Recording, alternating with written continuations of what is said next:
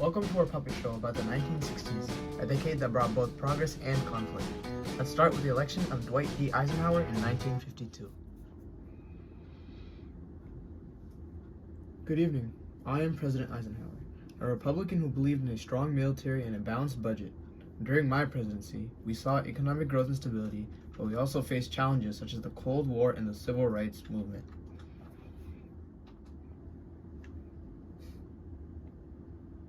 I'm a civil rights activist, and I fought for equal rights and desegregation of schools and public places.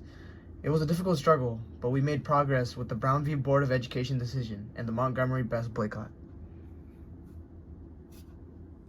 While the civil rights movement was gaining momentum, the Cold War crises were also heating up.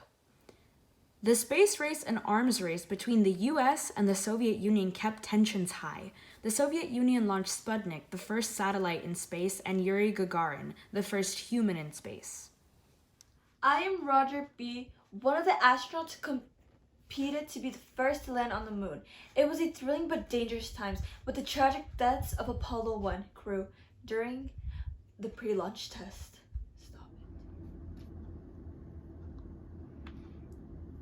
The Bay of Pigs invasion was when the US tried to invade Cuba, but the plan failed miserably. President Kennedy took the responsibility for the failure and increased tensions between the US and Cuba.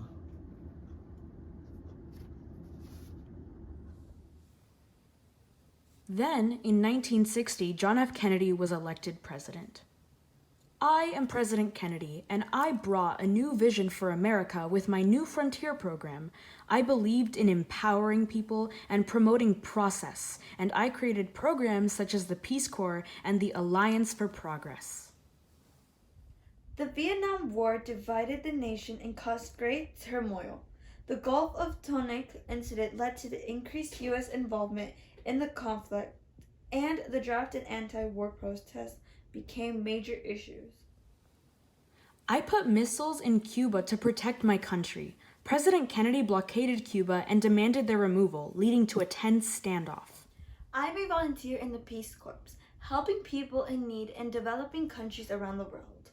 The program inspired many young people to become involved in humanitarian work. The man, John F. Kennedy, was a reason for that. Unfortunately, President Kennedy was assassinated by Lee Harvey Oswald in 1963. Do you always want to capture moments but can't? Well, now you can with the new Polaroid! This will help you create any moment and take pictures in black and white ink, something that has never been done before until the 60s. Buy your Polaroid now. I am President Johnson, and I continued Kennedy's vision with the Great Society program. I believed in fighting poverty, promoting civil rights, and expanding social programs to help those in need. Meanwhile, a new generation was rejecting traditional values and creating a counterculture movement. The Beatles, Bob Dylan, and other musicians became the voice of the anti-establishment movement, and Woodstock became a symbol of the youth movement. Are you tired of making spills in your kitchen? Do you want something to help you clean your messes quicker? Why not try Bounty, the better way to clean up things. I'm a painter who created abstract and pop art, such as Andy Warhol's soup cans and Roy Lichtenstein's comic book strip-inspired painting. I am a writer who wrote about the struggles and triumphs of the civil rights movement, such as James Baldwin's The Fire Next Time and Ralphie Ellison's Invisible Man. Women's fashion in the 1960s were all over the place. During this, ladies would like to dress elegant or in useful styles due to a lot of influences during this time. Influencers such as Mary Quant and the Lady Kennedy. There were three types of look. The first type for women was Lady Kennedy, which was an elegant view and a bunch of matching hats and just a bunch of ways to show off your class. The second way was due to the rocker fashion. There was a lot of colors and it was really successful with younger people. There were skirts. Before skirts were turned into mini, during this time period, there was a flower era flower power era, which allowed a lot of hippies to be born, and skirts started to turn long, and people started to wear like sweatbands and stuff like that. During men's era, since this was during the civil rights movement, there was a lot of things going on, such as the Vietnam War and etc. They would typically wear suits or like colored clothing. They say for men this was a time for a bunch of varieties in bold color. There was a modernist style which came from bands like the Beatles, and these outfits were usually like tight fitting or polo shirts or tap collars. As such, like as a woman. Sports in the 1960s were marked by thrilling moments, memorable achievements, and societal shifts. It was a decade that saw icons like Muhammad Ali emerge in the boxing ring, baseball legends like Mickey Mantle and Willie Mays dominating the diamond, and football heroes like Joe Namath capturing the nation's attention. The 1960s also witnessed groundbreaking moments such as the first Super Bowl, the civil rights movement impact on sports, and the increased prominence of women's sports. It was a time when sports became a powerful platform for social change, athletic excellence, and national pride. Dance in the 1960s was a reflection of the era's spirit of rebellion and liberation. It saw the rise of innovative dance styles such as the twist, the mashed potato, and the Watusi, which became popular in nightclubs and on television dance shows. Dancers like Martha Graham and Mercy Cunningham also pushed the boundaries of modern dance. The 1960s was a decade of immense musical innovation and cultural revolution, with genres like rock, folk, and psychedelic music taking the stage. Iconic bands and artists such as the Beatles, Bob Dylan, Jimi Hendrix, and the Rolling Stones captivated audiences with their groundbreaking sound and lyrics that challenged the social norms. The music of the 1960s became a powerful vehicle for expressing protest, freedom, and social change. The theater scene in the 1960s was marked by a spirit of experimentation and change, reflecting the tumultuous social and cultural shifts of the era. It was a time when groundbreaking plays such as Hair and A Streetcar Named Desire challenged traditional theater conventions and tackled taboo topics like sexuality, race, and politics. The 1960s also saw the emergence of playwrights like Tennessee Williams, Arthur Miller, and August Wilson, whose works continue to be revered for their depth. The 1960s was a decade of significant change and cultural revolution, and movies of that era reflected the social and political movements of the time. Hollywood produced iconic films that are still revered today, ranging from epic historical dramas like Lawrence of Arabia and The Sound of Music, to groundbreaking films such as Psycho and To Kill a Mockingbird that challenged societal norms.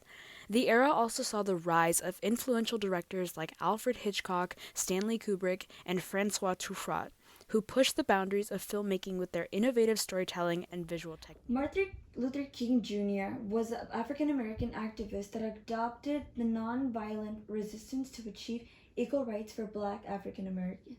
Unfortunately, on April 4th, in 1968, Martin Luther King was shot in Memphis, Tennessee.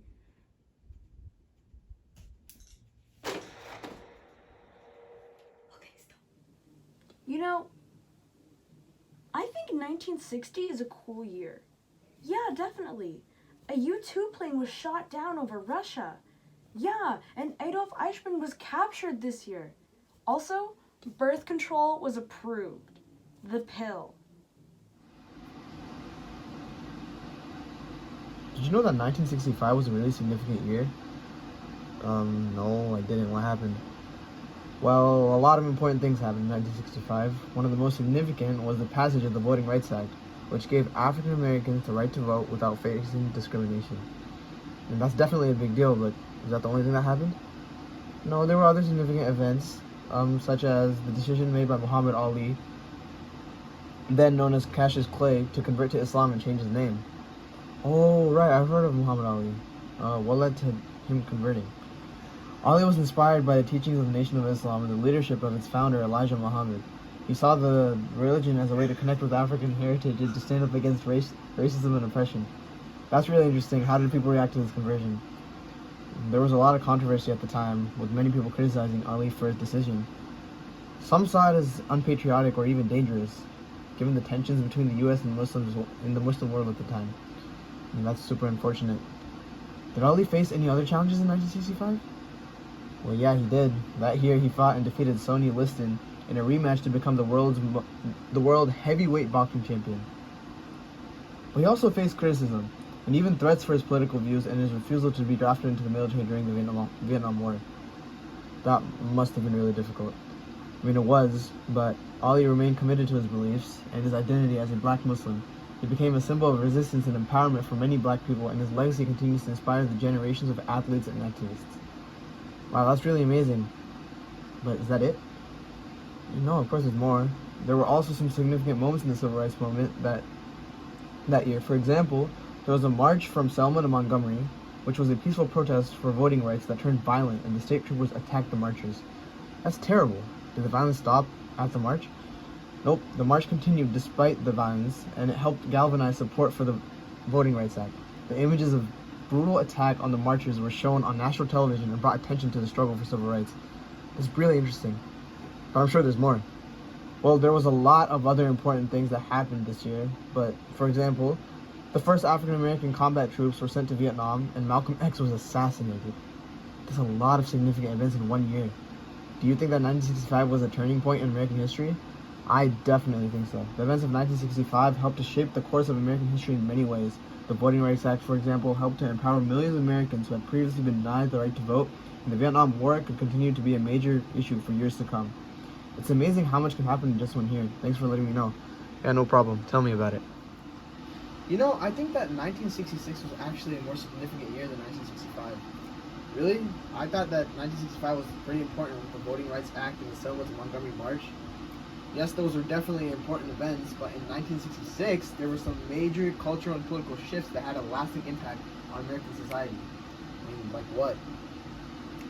For one, the formation of Black Panther Party in 1966 was a major event that challenged the existing power structures and paved the way for black activism in the years to come.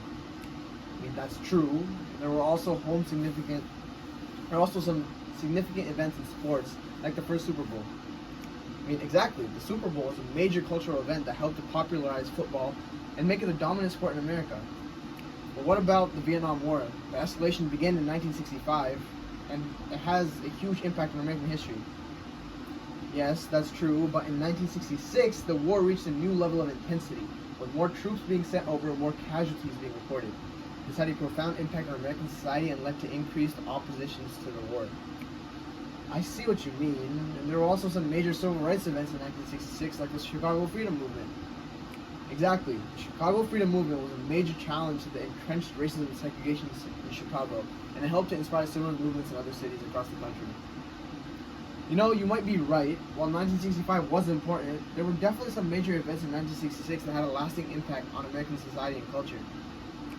I'm glad you see it my way. 1966 was a turning point in many ways, and it's important to recognize its significance in American history. As the curtains fall on our puppet show, I wanted to take a moment to thank each and every one of you for being here today. It's not like you had a choice, but your presence and laughter hopefully have made this experience all the more special. As a puppeteer, it's not my job to evaluate which year in the 1960s was the most significant, but I can say with confidence that the 1960s as a whole was an influential decade in American history. From the Civil Rights Movement to the Vietnam War, the events of the 1960s shaped the course of American society and the cultures for years to come. I hope that our puppet show has given you a small glimpse into what life was like during the 1960s. With our 1960s themed commercial breaks, we aim to transport you back in time and share some of the magic of this remarkable decade. Once again, thank you for joining us today, and I hope that you leave with a smile on your face and a newfound appreciation for the significance of the 1960s.